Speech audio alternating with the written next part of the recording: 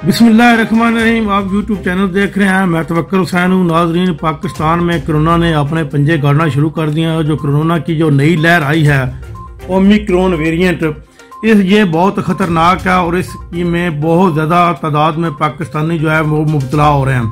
कराची में तो इसकी तादाद जो है 39% के करीब जा पहुँची है, और जबकि दूसरे शहरों इस्लामाबाद और लाहौर में भी इसकी तादाद में दिन ब दिन इजाफा हो रहा है। इसकी तादाद के बढ़ती हुई तादाद के पेश नज़र NCOC के इजलास में एक फैसला किया गया है, जिसमें तकरीबन मुख्तलिफ शहरों में पाबंदियाँ लगाने का भी फैसला किया गया है, और आउटडोर इनडोर खानों के ऊपर भी पाबंदियाँ लग सकती हैं। लेकिन NCOC के एक इजलास में उन्होंने ये एक किया है कि स्कूल बंद नहीं किए जाएंगे, स्कूलों में तालीम जारी रहेगी, लेकिन स्कूलों में वही बच्चे आएंगे जो तकरीबन 100% वैक्सीनेटेड होंगे। और साथ ही साथ उन्होंने जो बूस्टर डोज है इसकी तादाद, इसमें ये बूस्टर डोज लगाने में उम्र की जो हद मुकर्रर की थी उसको भी ख़त्म कर दिया है।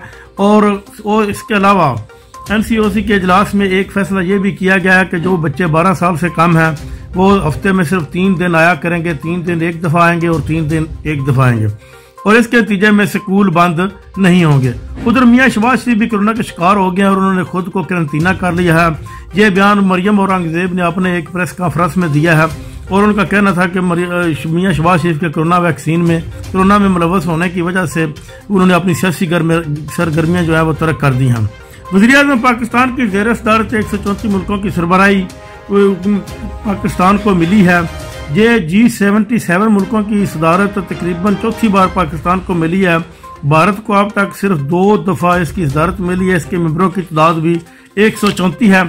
ये बहुत बड़े एजाज़ की बात है पाकिस्तान के लिए इन मुल्कों की सरबराही का मिलना, क्योंकि पाकिस्तान ने कोरोना वायरस से निपटने के लिए एक हिकमत अमली बनाई थी, जिसमें वज़ीर-ए-आज़म पाकिस्तान ने यह कहा था कि ये गरीब ममालिक हैं, इनके ऊपर कर्जों के बोझ को नॉर्मल किया जाए और उनकी किस्तों को बढ़ाया जाए, ताकि कोरोना की वजह से इनकी मईशत जो है वो नुकसान में गई है। और वज़ीर-ए-आज़म पाकिस्तान इमरान खान ने दुबई के वली अहद से टेलीफोनिक रब्ता भी किया है और हौसी बागियों की तरफ से किए गए ड्रोन हमलों की मजम्मत की और कहा कि पाकिस्तान हमेशा अपने बरादर मुल्क दुबई के साथ खड़ा है, और इसके नतीजा में होने वाले जानी और माली नुकसान पर अफसोस का इजहार भी किया है। नाज़रीन, अब तक के लिए इतना ही। देखते रहिए अपने तबसरों और ख़बरों के लिए तवक्कुल न्यूज़। अल्लाह हाफ़िज़।